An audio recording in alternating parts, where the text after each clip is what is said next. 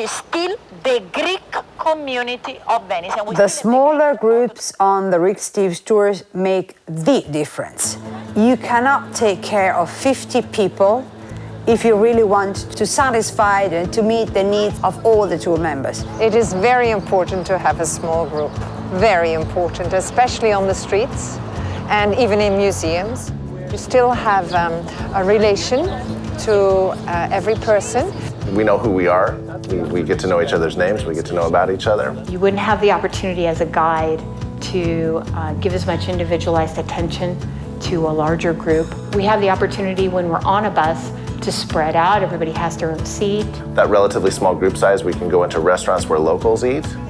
We don't necessarily have to go to the factories that might have good food, but it's just not going to be the same atmosphere that you might encounter getting to know a local restaurateur. It allows us also to stay in smaller hotels, because large groups would end up in chain hotels, which are located very often on the outskirts of each town. Also, just moving around museums, you see sometimes larger groups that just really seem to struggle to move from point A to point B. We also can maybe get into different types of museums or the different kinds of maybe hands-on activities or walking tours that we do. Just really wouldn't work with a larger group. Taking public transportation is a great example too.